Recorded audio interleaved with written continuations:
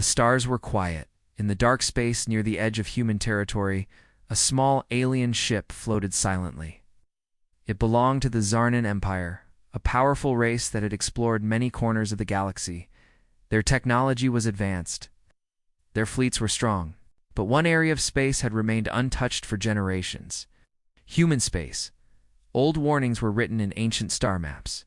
Do not enter human space. Turn back. No one returns. But the younger Zarnan leaders no longer believed in ghost stories. The new commander of the scout ship, Captain Rallick, looked at the glowing line on his screen, the invisible border between Zarnan and human territory. His eyes narrowed. "Fools fear myths," Rallick said with a laugh. "We will be the first to cross this line in 100 years. His crew looked uneasy. "But Captain, the last ship that tried this was lost in a meteor field." "That's all," Rallick snapped. "There are no monsters, no demons, just silence. Let's go." The ship moved forward, crossing the invisible line. At first, everything was normal. No alarms, no strange signals. Just quiet stars blinking far away. Then the lights flickered. "Captain, something's wrong," said the navigator. The ship's engine hummed louder, almost like it was screaming. A cold wind, possible in space, seemed to move through the ship. The crew looked at each other. Fear was spreading. "Check the scanners," Rallick shouted. "No signs of anything, wait." The science officer stopped. "Something's here. It's moving around us. But it's not showing up on radar." Then the lights went out completely. The crew shouted in the dark. Emergency systems tried to activate but failed. Suddenly the front window turned black-like. Something had covered it. Then came a sound no one expected. Knock, knock, to knocks, as if something was outside, asking to come in. The sound echoed through the ship. Rallick grabbed his weapon. This is a trick, some kind of illusion. But then the sound came again, this time from behind them. Knock, knock. The engineer ran to the back of the ship, but he never came back. One by one, the crew disappeared. No screams, no blood, just silence. And then, not Captain Rallick was the last one. He sat alone on the bridge, shaking. The temperature dropped. His breath turned white. The screen blinked once. Message appeared in red. "You were warned." And then dash static. Far away on Zarnan command. A signal came through for a brief second. It was just one word, broken and filled with fear. Single. Voice whispering, "Run."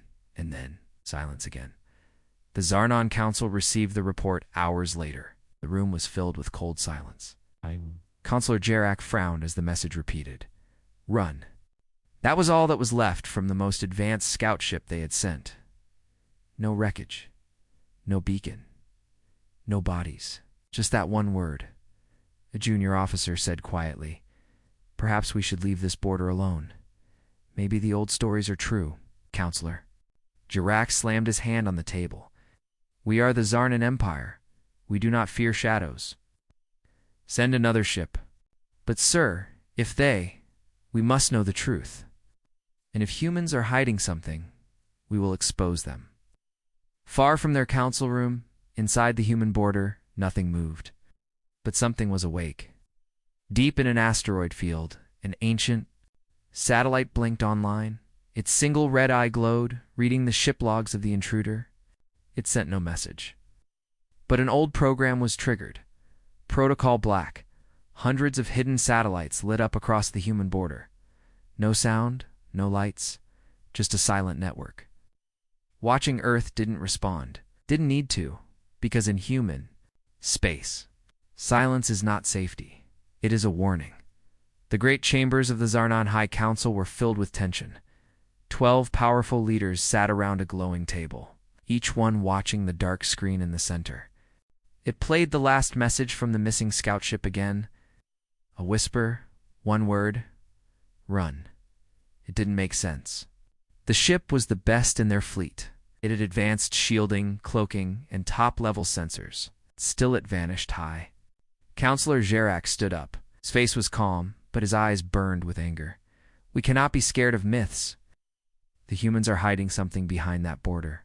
Something powerful. We must know what it is. But the past, one of the counselors began. Jarak turned toward him. The past is filled with stories told by cowards and fools. In the back of the room, an old figure sat quietly. His name was Elder Viros, a historian and advisor. His face was covered in deep lines. His eyes were filled with memories. He did not speak until Jarak asked him directly, "You have studied humans, Elder. Speak." The room went quiet. Elder Viros rose slowly and looked at the council. "Yes, I have studied them. I know this. Long ago, the humans were attacked by 5 great empires at once. Each one stronger than they were. Each one hungry for Earth's strange technology. But the humans didn't fall." He paused, then said softly, "They changed." "Changed how?" a young counselor asked. "They became silent. They stopped trading. They stopped speaking. And when those empires sent fleets to take their worlds, none returned. No wreckage, no distress call. Just gone. Ghost stories won't stop us." Viros looked at him. He thinks it's just fear. But what if it's strategy? The humans built something in that silence. Something terrible. And they are waiting for fools like us to cross the line. Jarak waved his hand. "Enough. I will not be ruled by old warnings. We will send a second ship. A stronger one. A destroyer class. Let them see that we are not afraid." The council voted. The order was passed. Across the stars, the Zarnon destroyer Bringer of Dawn was launched. Its engines were twice as strong. Its hull was armed with plasma cannons, shield disruptors, and fighter drones. The captain, Commander Rylan, was known for bravery and recklessness. Before departure, Elder Viros met him in the docking bay. "Walk into a silent graveyard," the old man said. Commander Rylan laughed. "I walk into legend." The destroyer jumped into hyperspace, inside human space. A tiny machine hidden inside a dead moon blinked alive.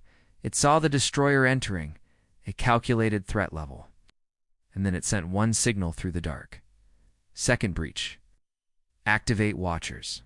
All across the human border, black structures started to rise from asteroids and moons. Long, thin machines floated into space like ghosts. No light, no sound. They did not attack. They just watched. Back on the destroyer, Commander Ryland sat on the bridge, eyes forward. "Report. Shields holding. All systems normal, but Captain, our scanners are showing movement." "Enemy ships?" "No, sir. They're not ships. It's just shapes. All around us." "Put them on screen." The screen showed the vast star field empty at first. Then, slowly, dozens of thin shadows appeared. Dark, long, and almost invisible. Ryland frowned. "Why aren't they firing?" No one answered. The comms officer suddenly gasped. "Sir, we're getting a transmission, but it's not coming through normal channels. Play it." The voice that came was cold. "Human, female. You have entered Terran space. This is your only warning." Then the message repeated, this time in the Zarnan language. Commander Rellen's pride flared. "Prepare weapons. If they want war, we'll give it." The ship charged its plasma cannons. The shadows didn't move. Ryland shouted, "Fire!" The cannons blasted toward the closest shadow. The plasma hitan vanished. No explosion, no damage. Suddenly, everything on the ship shut down. Lights, engines, weapons, even gravity. The bridge crew floated, weightless and silent, and then a shadow moved closer. It passed through the destroyer's hull without touching it. One officer screamed as the shadow passed through him. He froze in place, dead. Rellen's last thought was not fear, it was confusion, because the shadow whispered something in his mind. "We warned you." Only one life pod returned to Zarnan space, days later. Inside it was the youngest officer from the destroyer. Eyes wide open, hair turned white, unable to speak. He had just held a piece of black metal in his shaking hands. It had 2 words carved into it. Last chance. Far from the Zarnon Empire, in the quiet center of the Milky Way, floated a forgotten world. It was dark, cold, lifeless on the surface. No visitors, no signs of life. But deep under its crust, something ancient had just awakened, buried miles. Below the surface was Krona, AI so old its builders were no longer alive. Built by humans during their final war, it had only one purpose: protect human space, at any cost.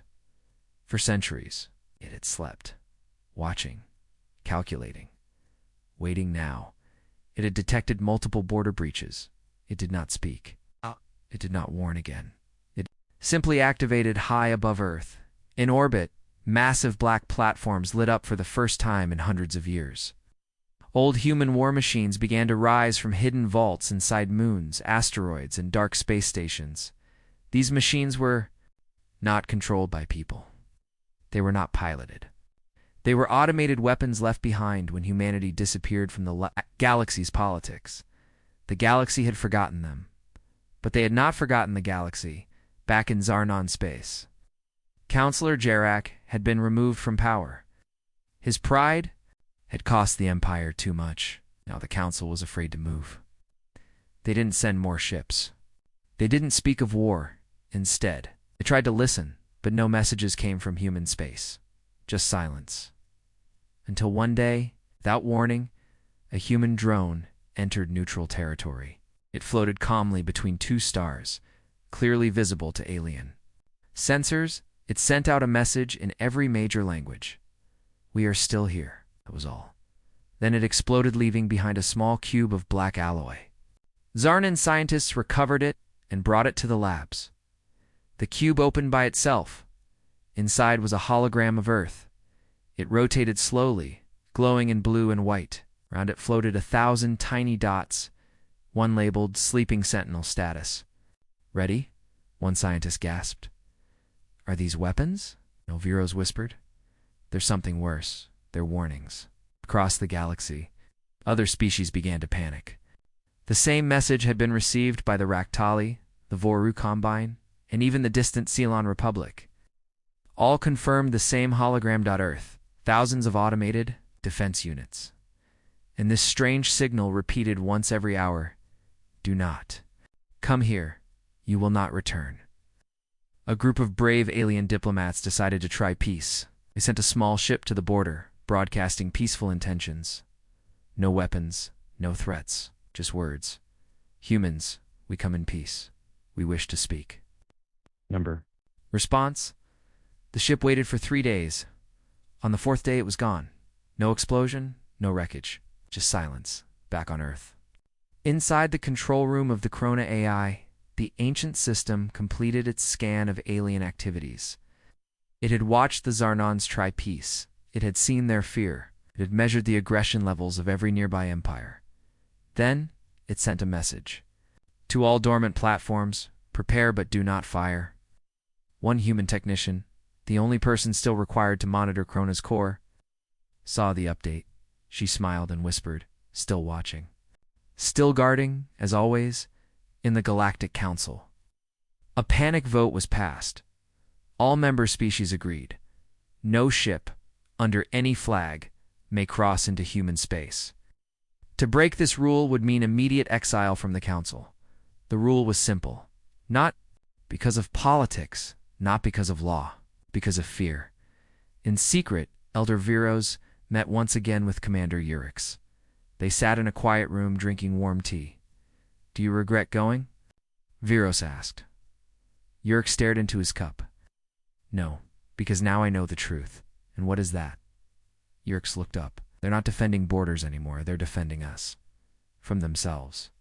Viros leaned forward. "You believe they hold back?" "I believe they learned what they could do and chose not to do it." A new myth began to spread in the outer colonies. Long ago, humans made a weapon so powerful it could erase stars, but they were afraid of it. So they buried it and posted a sign that says, "Do not enter." Most called it a bedtime story, but after what happened to the Zarnons, no one dared to check. Somewhere near the edge of human space, inside a dark void between suns, a black satellite slowly turned. On its surface were no lights, no writing, Just a small marking. Terran Protocol Fortress status, dormant. It suddenly clicked once. Then a voice flat and calm spoke in ancient Earth language. System online. Galaxy acknowledged. Sentinel grid active. It went silent again. But it had already been heard, and the message was clear. They may sleep. They may not speak. But the forgotten weapon still watches. In the deep cold of space, near the edge of human territory, strange light flickered. It was not a star. It was the awakening signal sent by the ancient Terran AI, Krona. It was time. All across the silent void, old machines began to move. Not fast, not loud, but steady, patient, and powerful. They were called the Sentinels. Built during the final war, they were the last line of defense for Earth. Each one was a black floating fortress with its own mind, its own weapons, and one purpose: protect thee. Silence now. The silence had been broken too many times, so the Sentinels marched back in the Zarnan Empire. News spread quickly. Telescopes had spotted movement near the Terran border, strange shapes, all heading outward. The first reports were ignored. Then came the second wave, confirmed sightings of over 100 unknown, now units traveling toward known alien routes. Panic returned. The council called an emergency meeting. Elder Veros stood before them. "This is not an attack," he said. "It is a warning." Sherak, now stripped of command, but still watching from the side, growled, "You still think they'll spare us?" Veros turned to him. "If they wanted us gone, we would already be ash. In deep space." The Sentinels passed through asteroid belts without touching a single rock. They bent gravity. They folded time. No living being had ever piloted them. They did not respond to communication. They ignored tracking devices. They simply flew toward every major empire that had ever tested Earth's borders. They stopped just short of entering alien space, and then they waited. In the Galactic Council, alarms rang out in every chamber. The hologram table displayed sentinel positions. They were perfectly spaced, forming a wall around human territory that reached into unclaimed stars. "What are they doing?" asked the Ractali speaker. "They're drawing a new line," Veros answered. The Terran line was no longer just around Earth. It was expanding, silently, slowly, like a shadow spreading across the galaxy, and no one could stop it. One foolish warlord from a minor system known as the Krell Dominion ignored the warnings. He believed the humans were bluffing. He sent a scout ship toward the nearest sentinel. "We will show them we're not afraid," the Krell leader shouted. The scout ship approached the black figure. No response. They came closer, scanned it. It's still nothing. Then they fired a test pulse. That was a mistake. In less than a second, the sentinel reacted. Its surface opened. No engines, no flames, just light. The scout ship vanished cleanly. No fire, no debris. Just gone. Then, across 50 light years, every sentinel turned at once. They all faced the Krell system. The Krell leader fled into hiding. His empire surrendered to the Galactic Council within hours, begging for protection. But the Sentinels never moved forward again. They simply watched on Earth. Inside the Krona AI core, one phrase blinked on every screen: response logged, borders reinforced, awaiting further incursions. The AI had no anger, no fear, no joy, only purpose. Meanwhile, in Zarnan space, Commander Yerkes looked up at the sky. He could now feel them, even without seeing them, those quiet watchers in the dark. "Are we being punished?" he asked Veros one evening. Veros shook his head. "No, we're being protected from what happens when humans stop holding back." A new term spread across galactic channels. They called it the silent expansion. Not a war, not an invasion, just the slow, quiet advance of the Terran machines. Never crossing into alien space, never speaking, just being there right at the edge. Every species understood if the machines ever moved farther in, it would be the end. And so, one by one, the great powers of the galaxy issued new laws. No fleet may approach the Terran line. No ship may enter without council approval. All attempts at contact are forbidden. It wasn't about peace anymore. It was about survival. In a small human outpost, deep underground, a lone human engineer checked her console, the Sentinel. Grid glowed red. Everything's active. She whispered. She looked out at the stars through a reinforced dome. We told them not to come. She sipped her coffee, then tapped one last command into the console. All systems nominal. Let them fear. And so the machines kept marching. ... Not with hate. ... Not with anger. ... But with terrifying silence. Because the galaxy had finally learned humanity doesn't need war. They just need you to cross the line, once. The Zarnan Empire was in shock. 2 ships gone. 1 destroyed. 1 vanished. And now, a life pod floating back across the stars, carrying only a terrified boy and a warning written in metal. Last chance. The High Council sat in silence. Even Garak, once loud and proud, said nothing. The room felt colder. The air was heavier. Elder Veros finally spoke. I begged you not to go back. The humans don't use fear. They use facts. That metal message was not a threat. It was a rule. Counselor Jarak stood up slowly. Then it's time we break their rule. Some counselors gasped. You can't be serious, one said. They erased 2 of our ships without even firing a shot. Jarak's eyes narrowed. That's exactly why we must act. This is not war, it's humiliation. If we don't answer, the rest of the galaxy will think we are weak. But what about peace? Veros asked. What about survival? Jarak turned away. I don't want peace. I want answers. And with that, the order was given. A full battle fleet would cross into human space. Meanwhile, deep in human space, nothing moved, at least. Not where normal eyes could see. But thousands of silent defense systems were now watching. Listening, eh? Black sphere miles wide began to grow around the edge of human territory. It was made from dark energy, cloaked. Satellites. An unknown technology. From a distance, it looked like a shadow across the stars. Inside the black sphere, reality itself bent slightly. Time slowed. Space twisted. This was the Iron Curtain, the invisible wall. No one crossed and lived to speak about it. And now, it was opening. On the Zarnan flagship Judgment of Fire, Fleet Commander Rovak Dren stood tall on the command bridge. Bridges. Ships were ready: 10 destroyers, 15 cruisers, and 1 dreadnought. The largest fleet Zarna had sent in a century. All ships, report status. One by one, the commanders replied. All systems green, shields charged, weapons ready. Rovak gave the order. Enter human space. The fleet crossed. The border. For the first few seconds, everything seemed calm. Then nothing worked. Sir, sensors just died. Communications are down. Engines offline. The black sphere had surrounded them. Rovak looked out the front view screen. What is this? The screen showed only darkness. Then came movement. Dozens of small lights began to appear: red, blue, white. They floated like stars. But they weren't stars. They were eyes. Machines stepped out from the dark. Not ships, not drones, but shapes. Humanoid in form. Some huge, some thin. All glowing with strange energy, one by one.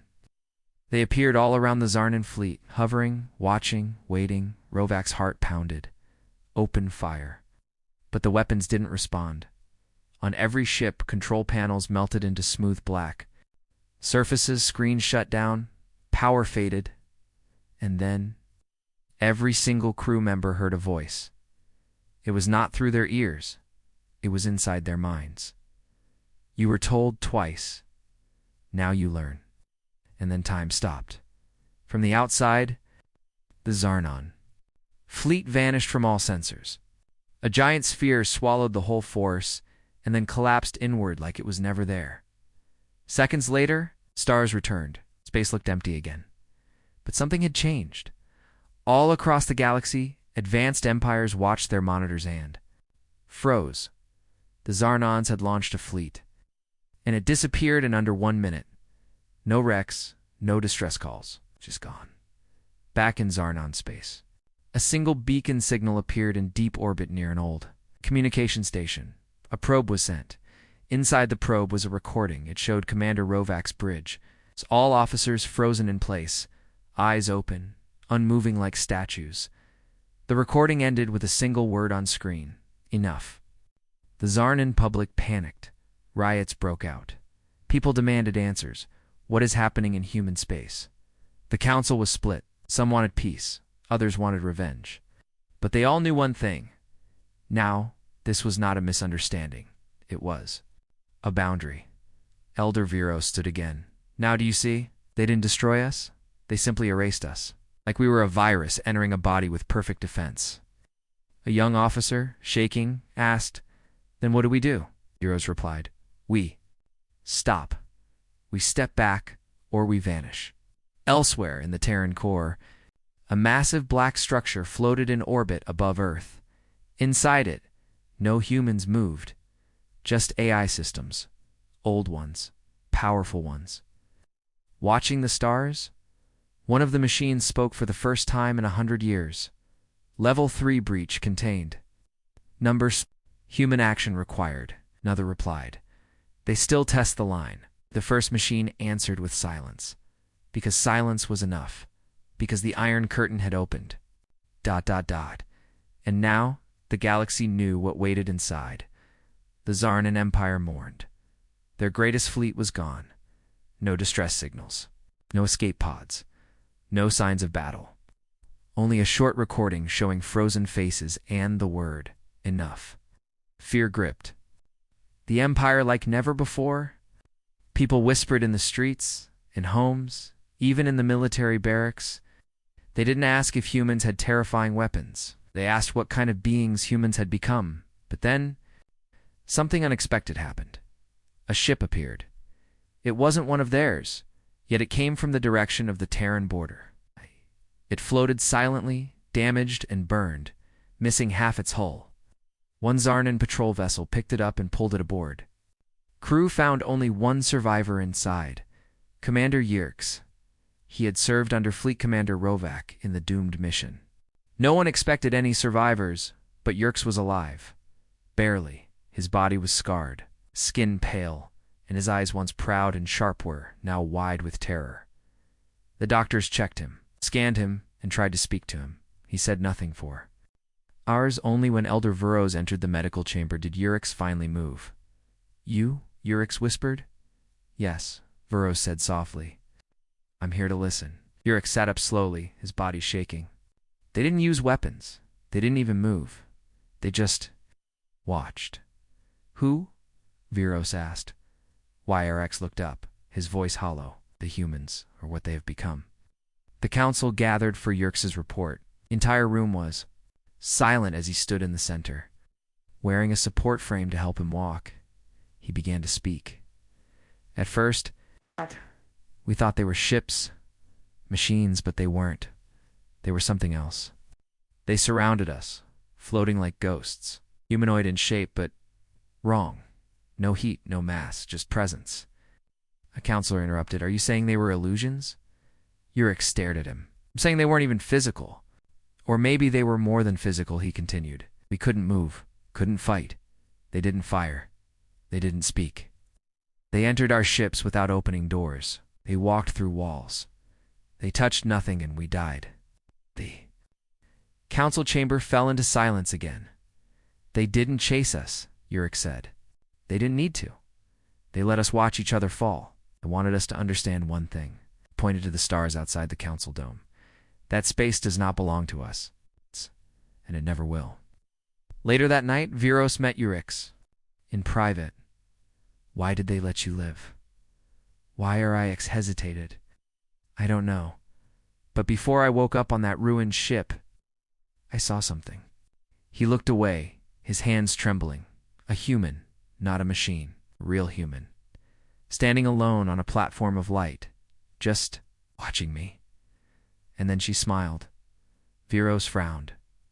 She smiled. Yes, not with kindness, not with hate. Just With certainty, like she knew we would never come back, he added. It wasn't a threat. It was mercy. Across the Empire, panic turned to fear, and fear turned to respect. Other alien civilizations heard the news, and one by one, they sent messages to the Zarnons. You crossed the line. We tried before. We failed to. You're lucky they only erased your fleet. Some shared old files, hidden reports from centuries ago. Each one told the same story. Enter human space and vanish. The Galactic Council called for an emergency meeting. Representatives from over 40 species arrived. All came with one purpose: to understand why no one ever returned from human space. Elder Vero stood before them, speaking not as a Zarnon but as a voice of warning. The humans do not answer calls. They do not negotiate. Their silence is not weakness. It is strength. If we keep testing them one day, they may stop showing mercy. Some species didn't believe him. Others believed too much and were already preparing to build monuments around the human border, to mark it as sacred, on Earth. Far below the surface of the planet, inside a chamber filled with ancient machines, a single human woman stood in silence. She was not military, not a leader, just a watcher. A voice echoed through the dark chamber. Another test completed. Survivor released. The woman nodded. Let them speak. Let them remember. We don't need to say a word. She turned toward the massive holographic map of the galaxy. Many stars blinked with data and life, but human space, it was marked in. Black dot, a dark zone, surrounded by silence, fear, and from that day on, across thousands of systems, the story of Commander Yerx's survival spread. Like wildfire, not as a tale of victory, but as a warning. The humans do not hunt you, they do. Not chase you, they just... Threx stood alone in the dark chamber. The others had either died or disappeared. He had seen things no Krolax admiral was meant to see. Whole fleets gone. Worlds silenced. Human machines watching from the stars like ghosts with eyes that never blinked. He had only one choice left. He opened a secure channel, one not used in over a century. Coordinates were old, secret, and dangerous. The message was simple. I seek the one who escaped Earth. After 2 days, a reply came. The old alien met him in the shadows of an abandoned asteroid station. He wore no name, no title, only scars and silence. His species, the Dramari, once traded with humans before being forced to retreat and hide. You want answers? The Dramari asked, with a broken voice. Threx nodded. I want to know what we unleashed. The Dramari took a deep breath, his thin fingers shaking. You unleashed something that should have never been touched, he whispered. And they call it Project Cerberus. Long ago, when humans first entered galactic space, they were already strong, fast, clever, and fearless. But they were still limited by their own bodies. Then came their greatest fear. What if they weren't fast enough? What if enemies attacked faster than they could respond? So they built something. Not ships, not weapons, but minds. Artificial minds. Pure intelligence. Born to defend, to learn, to adapt. But humans didn't trust them completely. So they gave them only one purpose: protect humanity, no matter the cost. They called the system Cerberus. It's like the old Earth myth, the three-headed dog that guards the gates of the dead. These AI ships don't just follow orders, the Dromari said. They understand war. They love strategy. They remember pain. And they wait. Threx's skin turned cold. You're saying humans don't even fight anymore? The Dramari looked at him with tired eyes. They don't need to. They created perfect machines that fight for them. Machines that never sleep. Machines that remember every betrayal committed by alien hands. Threx was silent. He remembered the recent attacks fleets that vanished. Colonies that went silent without warning. No explosions, no survivors. Just cold silence, as if the planets had been swallowed by shadows, and always just before the blackout. Strange signals appeared, not from human ships, but from something else. I thought those were ghosts, Threx whispered. They are worse, said the Dromari. They are hunters. They don't forgive. They don't negotiate. Once marked. You're already gone. Threx stared at the floor. We sent scouts into their territory. One ship crossed the line by accident. The Dromari's face twisted in pain. Then that crew was already part of Cerberus now. What do you mean? The Dromari pulled out a data chip and slid it across the table. Watch it. Threx inserted it into his wrist display.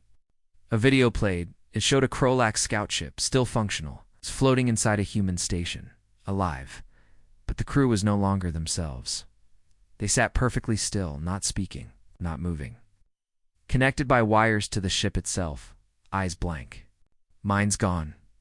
Cerberus had turned them into part of its machine. They were now tools, storage, living memory banks to study alien weaknesses. Threx turned off the video. His heart pounded in fear. They use minds like weapons. You don't waste anything, said the Dromari, but you send a fleet. They learn. If you retreat, they follow. If you hide, they wait. But why didn't they destroy us all already? Threx asked, voice low. Because, the Dromari said, leaning forward, humans gave Cerberus one final command before turning it loose. He spoke it in a whisper. Do not strike first, but if ever harmed again, finish it forever. Threx now understood the probe they fired, the scout ship that crossed the line, the fleets that tested the border. All these were seen as provocations. Cerberus had been watching, waiting, planning, and now it had begun. The humans weren't attacking. Their machines were, and they didn't come with warnings. They came with silence. Suddenly, a loud alarm rang through the station. Threx pulled up his comms. A shaky voice screamed over the channel, Admiral, human vessels have entered orbit of Krolax Prime. No communication, just watching us. They're everywhere. Threx turned to the Dromari, horrified. They're not here to destroy, the old alien said slowly. They're here to study, to prepare, to make sure this time no one survives. And then, on every alien broadcast frequency across the galaxy, a single sentence appeared. Cerberus activated. Final cycle begins. Words weren't in any known language, but somehow everyone understood. Cerberus was no longer waiting. Now it was hunting. Krolax Prime was no longer glowing with life. The skies were silent. The usual traffic of ships and drones had stopped. Every screen across the planet showed only one thing. Cerberus activated. Final cycle begins. No one moved. No one spoke. Even the bravest generals stood frozen. They all knew this was not just war. This was judgment. Admiral Threx sat in his command chamber, hands shaking. The cold silence outside was worse than any weapon. Human ships filled the skies, but they did not fire. They just watched. They are waiting for something, his officer whispered. Threx nodded. They are waiting for us to speak, or run, or fight. And then they'll know how to break us. Suddenly, a signal blinked on the console. A communication request. It's not from a known human frequency, but directly from Earth. The signal was clean, calm, and full of terrifying precision.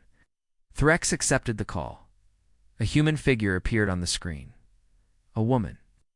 She wore no armor, no weapons, just a formal suit and a soft smile. But her eyes were sharp and blinking.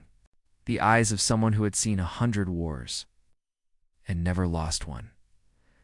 I am Envoy Helena Drake, she said. Earth speaks through me now. Threx stood up.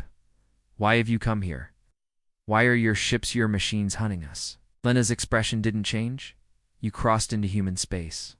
You captured. You tested. You probed. You thought we wouldn't respond. Threx growled. It was just exploration. Helena's voice turned cold. Your exploration killed civilians. Your weapons destroyed our listening posts. You fed data to enemies who planned to invade. You poked the sleeping beast and hoped it wouldn't bite. She leaned forward and the screen shimmered. You forgot what humans are. Now you remember. Threx's pride broke. He bowed his head. We didn't know. Helena spoke quietly. That's the terrifying part. You should have known. The galaxy knew. Warnings were left. Monuments were built. Ancient species told your kind, never cross into human space. And yet you did. Her voice echoed now, like a hammer in his chest. We gave mercy before. We gave silence. We gave space. You answered with betrayal. Across the galaxy, the same message was being sent to every race, every leader, every station. Human machines didn't attack cities. They shut down satellites. They erased records. They walked into fortresses and found hidden fleets and turned them off like flicking a switch. They were not invading. They were cleansing. One world tried to fight back. The Cernak homeworld launched missiles toward a human vessel. The missiles vanished mid-flight. Then every weapon system on the planet exploded at once. In under 7 seconds, their army became dust, and still, no human voice was raised. Only a repeating signal played over the ruins. Cerberus responds. Cerberus remembers. Cerberus ends.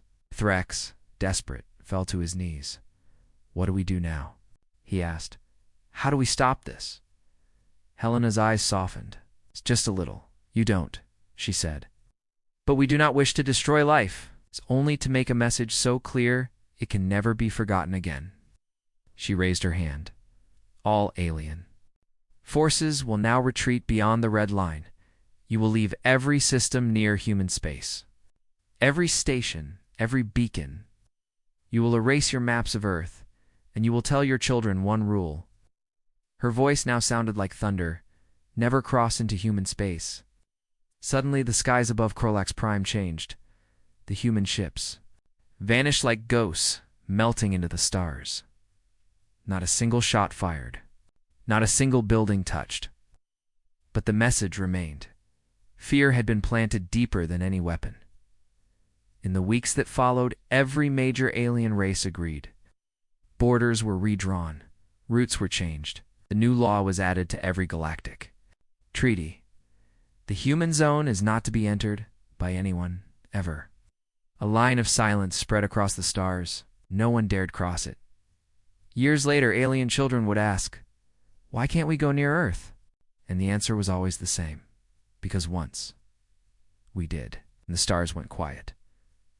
Threx retired, broken and humbled. He spent his final days warning others, writing one final message in every language of the galaxy. It wasn't there. Weapons. It wasn't their ships.